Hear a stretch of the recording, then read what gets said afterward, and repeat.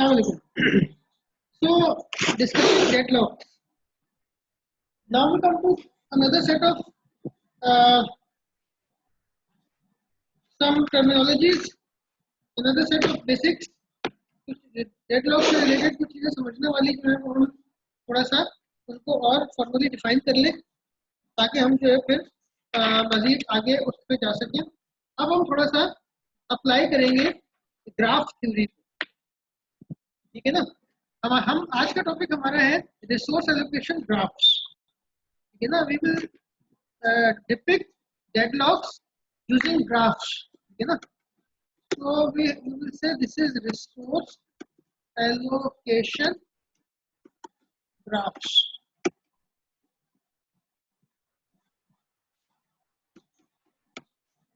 Resource allocation graphs जो है वो हमारा आज का टॉपिक है, ठीक है। इसको हम आज डिस्कस करेंगे। चलिए आगे चलते हैं।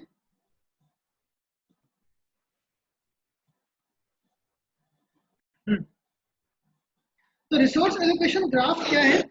ये ग्राफ है जो हमने पहले भी बनाया है। It basically it consist of processes and resources. तो हम इसको थोड़ा ग्राफ थ्योरी की टर्मिनोलॉजी में डिफाइन कर लेते हैं। तो पहली चीज हमारे पास क्या है? This is a set of vertices,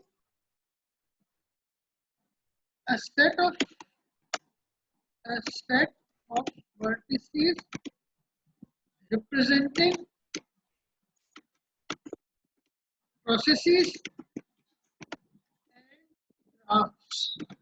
अब थोड़ा सा आप लोगों को आइडिया हो रहा होगा कि भाई हमने सेट थ्योरी क्यों पढ़ी थी मैथमेटिक्स में, हमने ग्राफ थ्योरी क्यों पढ़ी थी डेटा स्ट्रक्चर्स के अंदर, डेटा स्ट्रक्चर्स के टुवर्ड्स द एंड जाके हमने ग्राफ्स पे बात क्यों की थी, ठीक है ना। तो यहाँ पे उसका बेसिकली यूज आता है।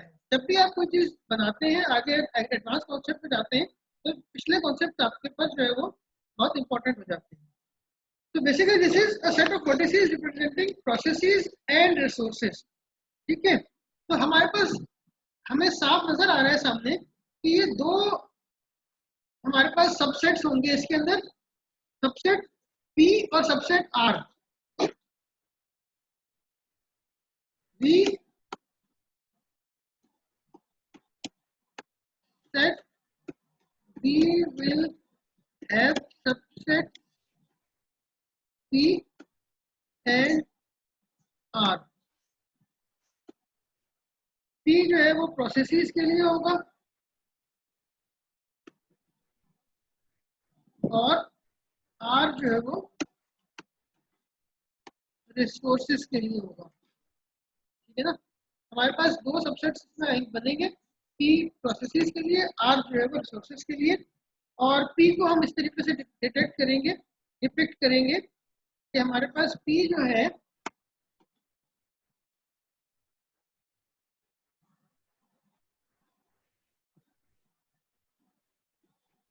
P is a set P1, P2, and up to Pn। ये हमने एक सबसेट बना लिया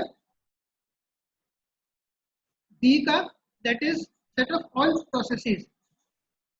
Another subset of B is set of all resources, ठीक है ना। तो हमारे पास रिसोर्सेज भी जो है वो पूरी की पूरी आ जाएंगी। इसको भी हम लिख सकते हैं R is equal to R1, R2,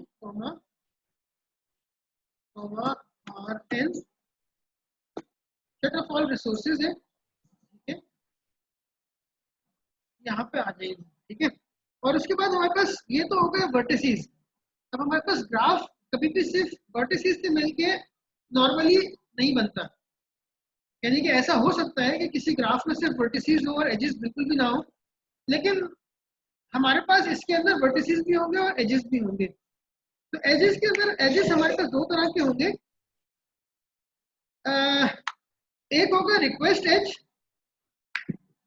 that is directed towards, edges जो है वो दो तरह के होंगे।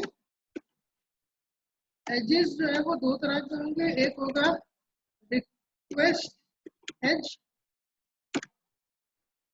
That is directed towards a resource, ठीक है ना, टुवर्ड्स अ रिसोर्स, यानी कि जो एज जो है वो रिसोर्स की तरफ इशारा कर रहा है, इसका मतलब ये रिक्वेस्ट एज है, ये हमने पहले भी बताया है। और जो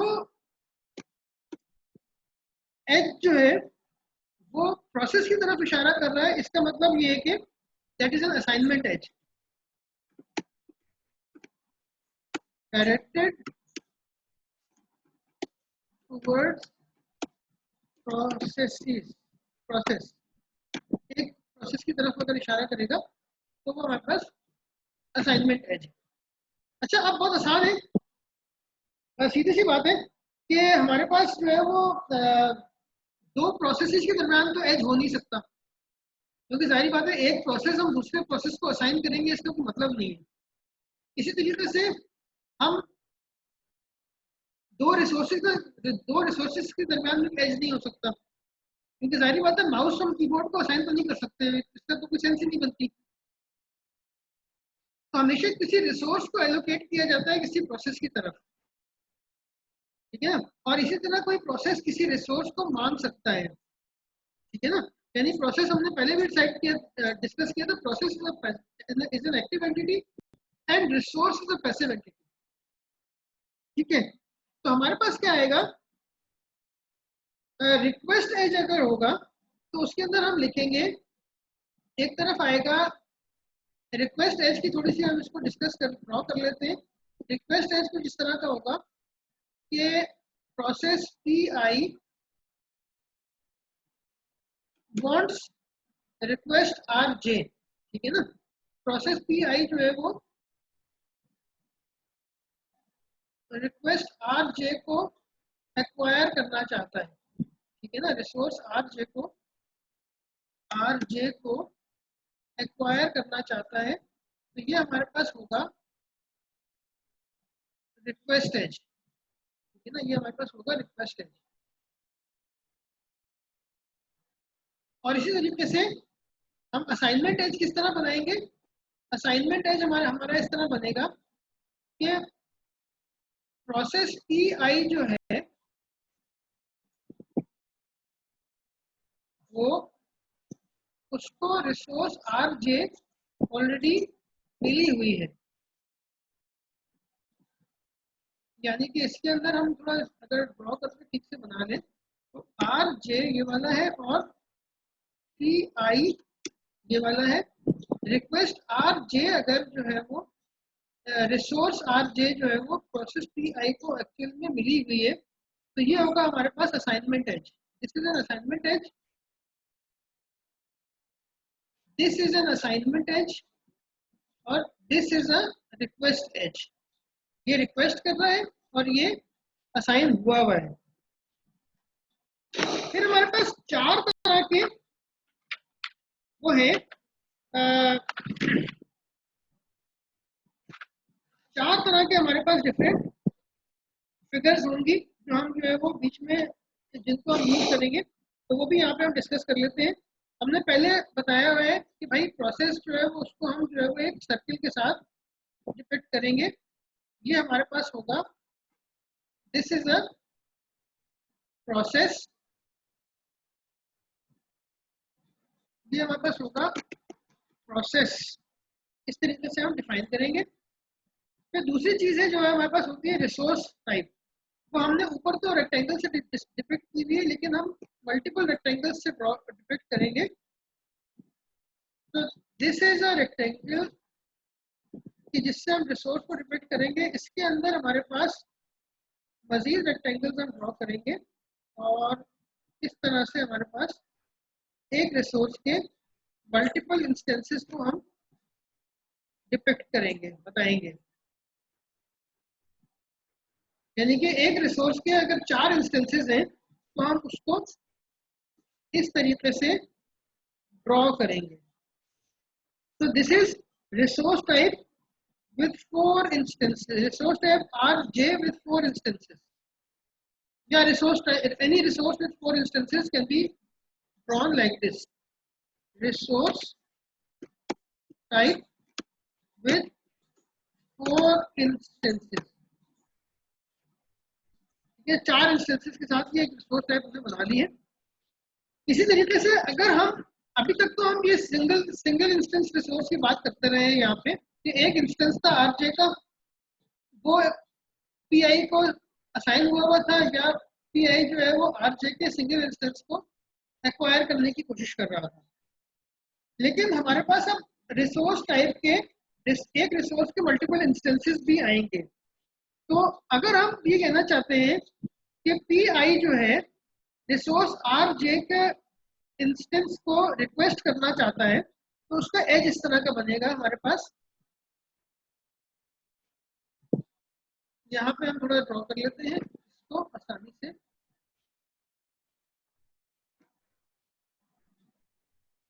ये हमारे पास है प्रोसेस, इसको थोड़ा पीछे करते हैं हम और इसको डिलीट कर देते हैं और यहाँ पे हम बना लेंगे आराम से। अगर हमारे पास ये प्रोसेस है, ठीक है, और इसका ये है प्रोसेस पी आई, और ये हमारे पास एक रिसोर्स है जिसकी 4 इंस्टेंसेस हैं, ठीक है, इनको ड्रॉ भी कर लेते हैं 4 इंस्टेंसेस को।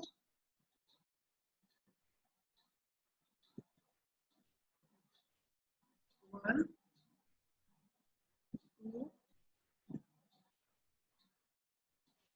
थ्री, फोर, ये 4 इंस्टेंसेस हैं हमारे पास रिसोर्स टाइप आर जे के। हमारे पास रिसोर्स टाइप जो है वो आर जे है, this is R J, this is R J, resource type R J है। और प्रोसेस पी आई जो है वो उसका एक इंस्टेंस गेट करना चाहता है, तो हम एरो इस तरह ड्रॉ करेंगे कि पी आई जो है वो यहाँ से रिसोर्स आर जे पे एक एरो लगा देंगे। अब जाहिर बात है पी आई को रिसोर्स टाइप आर जे का कोई भी इंस्टेंस मिल जाता है तो उसके लिए काफ़ी है, यानी एक प्रोसेस को अगर प्रिंट करना है तो उसको कोई भी प्रिंटर मिल जाए काफ़ी है। एक रिसोर्स को अगर बफर चाहिए तो उसे कोई भी बफर मिल जाए काफ़ी है। तो कोई भी इंस्टेंस मिल सकता है, लेकिन ये रिक्वेस्ट एज हम बाहर वाले रेक्टेंगल पे लगाएंगे, ठीक है। फिर हमारे पास चौथी चीज होती है कि जब एक प्रोसेस किसी इंस्टेंस को होल्ड कर रहा होता है, यानी कि एक प्रोसेस किसी रिसोर्स के इंस्टेंस को होल्ड कर रहा होता है, यानी कि ये क्या था, P I request instance of R J, ठीक है ना, ये हमारे पास था P I request instance of R J.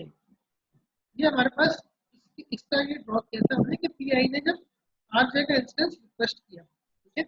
अब हमारे पास हमें ड्रॉ करना है कि पी आई ने आर जे का कोई इंस्टेंस एक्वायर किया हुआ है ऑलरेडी, ठीक है ना, तो उसको भी यहाँ पे ड्रॉ कर लेते हैं। बहुत सिंपल है, यहाँ पे हम इसको टिक करेंगे, पी आई है और ये हमारे पास रिसोर्स टाइप होगा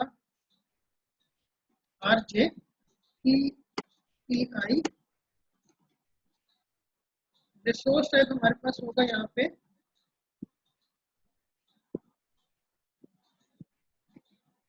आर जे। इसके जो है वो वापस 4 इंस्टेंसेस ड्रॉ करेंगे इसके अंदर हम,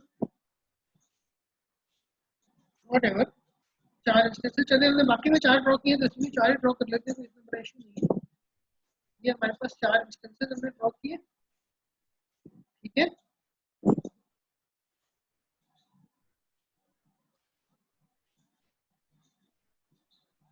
अब इस रिसोर्स का एक इंस्टेंस ऑलरेडी पी आई के पास है, पी आई उसे होल्ड कर रहा है, तो उसको हम इस तरीके से ड्रॉ करेंगे कि एरो जो है वो उस इंस्टेंस से शुरू होगा और प्रोसेस पी आई तक जाएगा, ठीक है ना।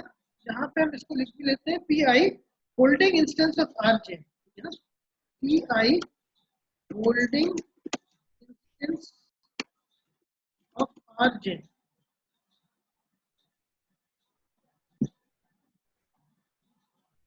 पी आई जो है वो होल्ड कर रहा है एक इंस्टेंस का। अब यहाँ पे आप जो है वो डिफरेंस को गौर कीजिए, यहाँ पे पी आई का एज जो था वो रिसोर्स के बड़े वाले रेक्टेंगल के बाहर था, आर जे के बड़े वाले रेक्टेंगल के बाहर था, यानी कोई भी इंस्टेंस इन चारों में से उसको मिल जाता तो उसका काम बन जाता। लेकिन जहाँ पे हमने जो एरो बनाया है that is starting from an instance of A resource, अंदर वाले रेक्टेंगल से बाहर आ रहा है एज प्रोसेस की तरफ, यानी कि ये वाला instance, this particular instance has been allotted to process pi, या pi is holding this particular instance of rj। ये हमारे पास एज जो है वो हमने ड्रॉ किया है। अब इसकी थोड़ी सी एग्जांपल्स देख लेते हैं तो हमें आसानी हो जाएगी। एग्जांपल क्या है, ये बहुत आसान है एग्जांपल कि पहले हम एक ग्राफ ड्रॉ करते हैं, फिर उससे हम जो है वो डिस्कस करेंगे कि इसके अंदर जो है वो डेडलॉक है या नहीं है। ठीक है, तो पहले हम 3 प्रोसेसेस ड्रॉ कर लेते हैं अपनी एग्जांपल के अंदर, और उसके बाद रिसोर्सेज को ड्रॉ करेंगे। ठीक है ना, हमारे पास 3 प्रोसेसेस है, process P1, process P2 and process P3। यहाँ पे हम इसको जो है वो लेबल भी कर लेते हैं, processes P1, process P2 and this one is process P3। 3 processes है हमारे पास। उसके बाद हमारे पास कुछ रिसोर्सेज है, resource type R1, resource type R2 and resource type R3। R1 और R3 का एक इंस्टेंस है इस एग्जांपल के अंदर। R1 जो है उसका उस रिसोर्स का एक इंस्टेंस है। ठीक है, यहाँ पे हम लिख लेते हैं R1 का एक इंस्टेंस है। ठीक है, और R3 का भी एक इंस्टेंस है।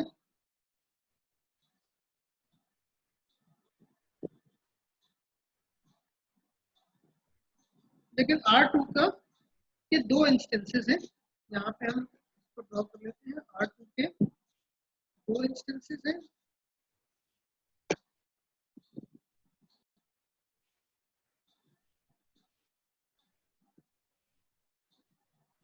और R4 के 3 इंस्टेंसेस है, जो कि यहाँ पे एक और हमारे पास बनी हुई है रिसोर्स R4, इसके 3 इंस्टेंसेस है। इनको लेबल भी कर लेंगे हम आहिस्ते आहिस्ते करके। Draw first and then label. ठीक है, यहाँ पे हमारे पास this is resource type R1, this is R1। ठीक है, इसको थोड़ा लेबलिंग करीब कर लेते हैं। This is R3, this one is R2 and this one is R4। Scenario कुछ इस तरह का है कि हमारे पास रिसोर्स टाइप R1 जो है वो P का एक ही इंस्टेंस है और वो मिला हुआ है P2 को। रिसोर्स टाइप R1 का एक ही इंस्टेंस है जो P2 को मिला हुआ है। P1 R1 को एक्वायर करना चाहता है। ठीक है, रिसोर्स टाइप R3 का एक इंस्टेंस है जो P3 को मिला हुआ है, और P2 जो है वो रिसोर्स टाइप R3 को एक्वायर करना चाहता है। यहाँ दोबारा से नोट कीजिएगा कि जब P1 चाहता है कि उससे R1 मिले तो वो बाहर वाले रेक्टेंगल की तरफ इशारा रहेगा, चाहे एक ही इंस्टेंस, क्योंकि कोई भी इंस्टेंस मिल जाएगा तो उसके लिए कोई मसला नहीं। लेकिन जब कोई इंस्टेंस हमने किसी रिसोर्स का अलॉट किया हुआ है तो वो इंस्टेंस से एरो आगे जा रहा है। इसी तरीके से R2 जो है उसका एक इंस्टेंस P1 को मिला हुआ है ऑलरेडी, और R2 का दूसरा इंस्टेंस जो है P2 को मिला हुआ है। पहला वाला P1 को मिला हुआ था, दूसरा वाला P2 को मिला हुआ है ऑलरेडी। ठीक है ना, ये एरो थोड़ा सा अंदर चला गया होगा गलती से, लेकिन बेसिकली ये सर्कल के बाहर ही रहता है। अब मैं इस एरो की बात कर रहा हूँ कि ये थोड़ा सा ड्रॉ करने में अंदर चला गया, लेकिन ये सर्कल के बाहर ही लगता है। ठीक है ना, अब इस कंडीशन में क्या डेडलॉक है, ये सवाल पैदा होता है। ठीक है ना, तो इस कंडीशन के अंदर डेडलॉक नहीं है, साइकिल जरूर नजर आ रही है आपको, साइकिल भी नहीं है बल्कि यहाँ पे, क्योंकि यहाँ पे एजेस जब एक डायरेक्शन में एजेस चल रहे होंगे तो फिर साइकिल बनेगा।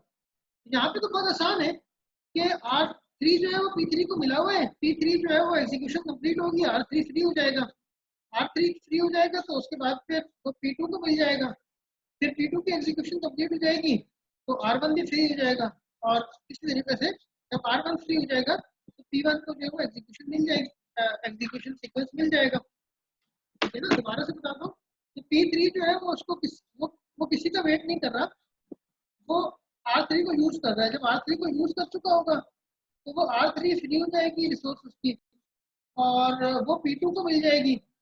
जब P2 जो है वो R3 को यूज करेगा, R2 के इंस्टेंस को यूज करेगा और R1 को के वाहिद इंस्टेंस को यूज करेगा, फिर P2 भी कंप्लीट हो जाएगा और उसके बाद फिर रिसोर्सेज फ्री होके R1 फ्री होके P1 को मिल जाएगी और P1 जो है वो अपनी एग्जीक्यूशन कंप्लीट कर लेगा। इस केस में हमारे पास देयर इज नो डेडलॉक, ये कंडीशन, इसमें कोई डेडलॉक नहीं है, there is no deadlock in this condition, इसके अंदर हमारे पास फिलहाल कोई डेडलॉक नहीं है। ठीक है, अब हमारे पास एक सिनारियो हम लेते हैं कि जिसके अंदर शायद हमें जो है वो डेडलॉक नजर आए।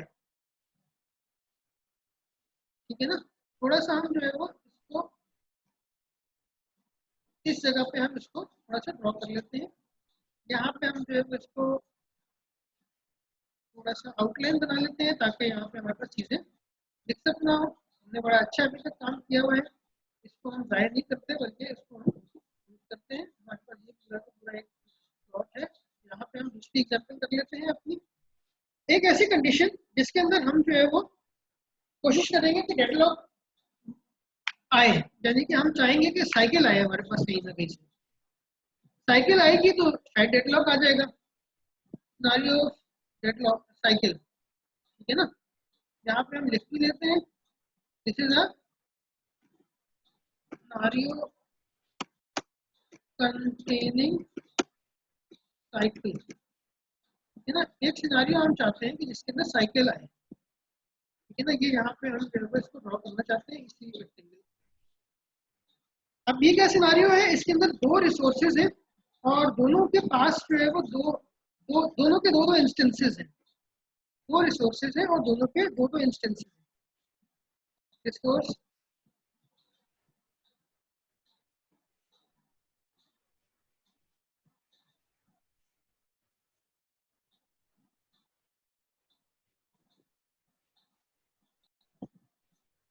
R1 और R2 के दो इंस्टेंसेस हैं।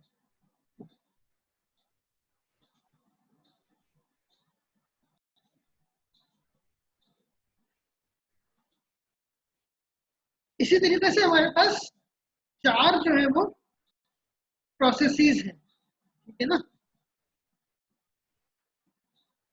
उन प्रोसेसेस को भी हम जरा सा ड्रॉ कर लेते हैं। This is first process, this is second process,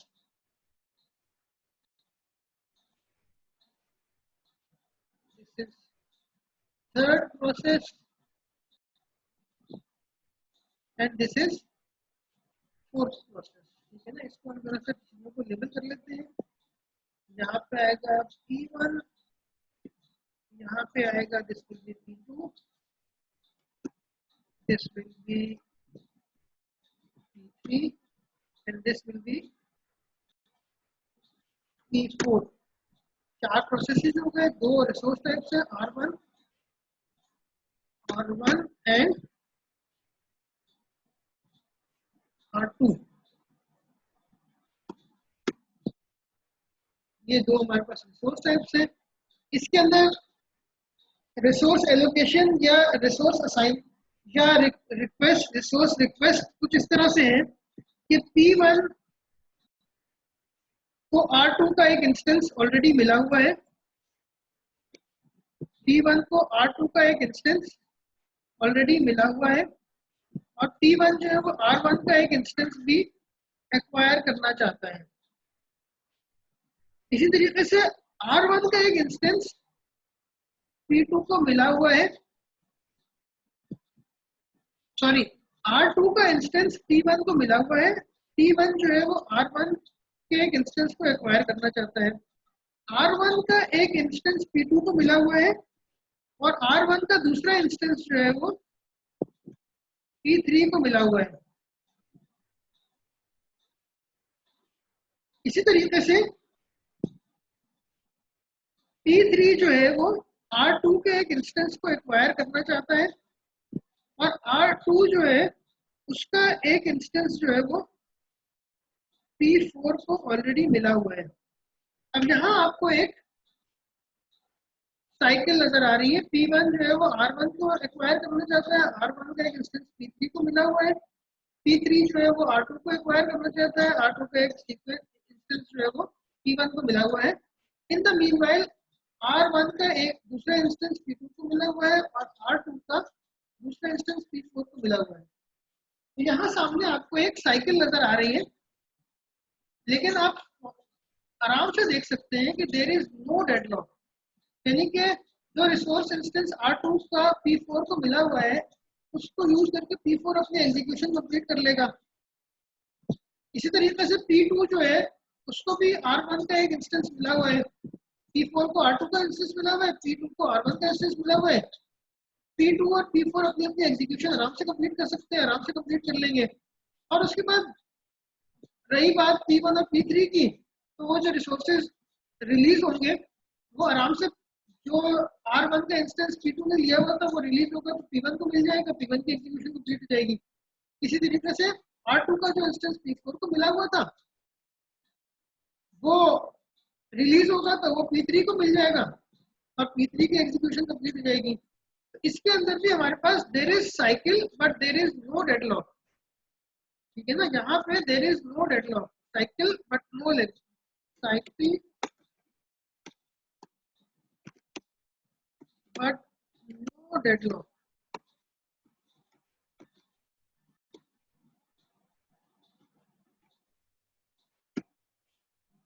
There is a cycle, but there is no deadlock in this cycle.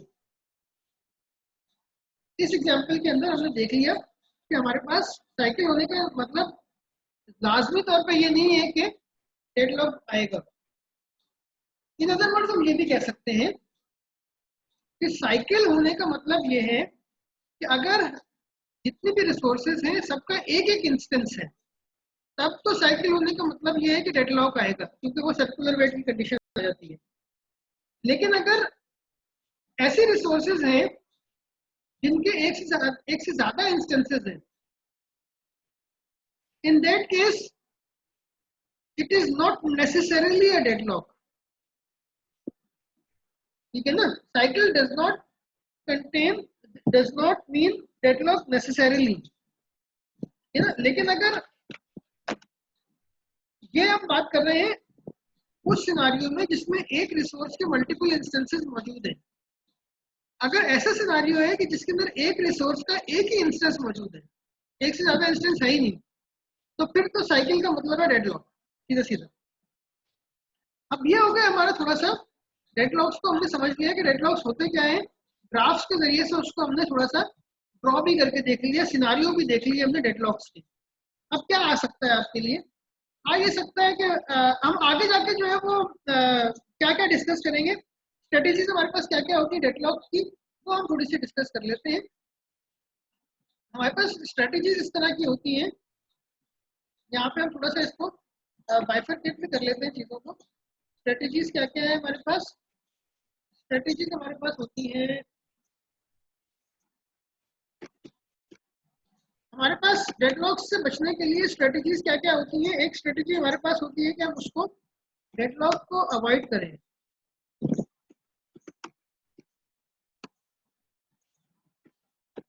यानी कि एग्जीक्यूशन हम जो है वो इस तरह रखें कि डेडलॉक जो है वो अवॉइड हो जाए, ठीक है ना, यानी कि डेडलॉक की सिचुएशन हम जाए ही नहीं।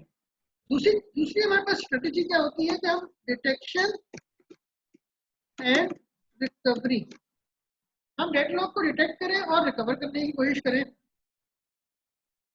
और तीसरी कंडीशन होती है इग्नोर and pretend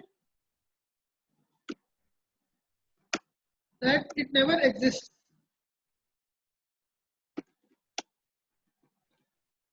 यानी कि हम जो है वो शुतुरमुर्ग की तरह अंदर रेस में जो है सर दबा ले अपना और कहें कि भाई डेडलॉक होती कोई चीज़ नहीं, हम जानते ही नहीं कि डेडलॉक क्या होता है। तो बेसिकली हम कुछ ऑपरेटिंग सिस्टम्स में ऐसा होता है कि थर्ड स्ट्रेटेजी जो है वो इम्प्लीमेंट की जाती है, लेकिन पहली तो स्ट्रेटेजीज का समझना बहुत इंपॉर्टेंट है। मिसाल के तौर पे यूनिक्स के अंदर या विंडोज के अंदर अगर डेडलॉक अवॉइडेंस और डेडलॉक डिटेक्शन रिकवरी नहीं है, कुछ डिस्ट्रीब्यूशंस के अंदर, कुछ वर्जन्स के अंदर ऐसा होता है कि डेडलॉक डिटेक्शन या डेडलॉक अवॉइडेंस है ही नहीं, तो उसके अपने पूरे डिफरेंट मैकेनिज्म होते हैं और वो एक फुल प्रूफ चीज होती है, वो कोई फंसता नहीं है, ठीक है ना। लेकिन बाकी जगहों पे डेडलॉक अवॉइड भी किया जा सकता है और डेडलॉक को डिटेक्ट करके उसको रिकवर भी किया जा सकता है। तो हम अगली जो डिस्कशन होंगी उसके अंदर हम लोग डिटेक्शन और रिकवरी के ऊपर बात करेंगे, अवॉइडेंस पे भी बात करेंगे। अच्छा, इसके अंदर से क्वेश्चंस क्या आ सकते हैं? क्वेश्चन सिंपल सा ये आ सकता है कि मैं आपको एक सिनारियो दूं और कहूँ डेडलॉक है या नहीं है। मैं आपको एक पैराग्राफ दूं, कहूँ कि इसको ड्रॉ करके बताओ और बताओ कि डेडलॉक है या नहीं है।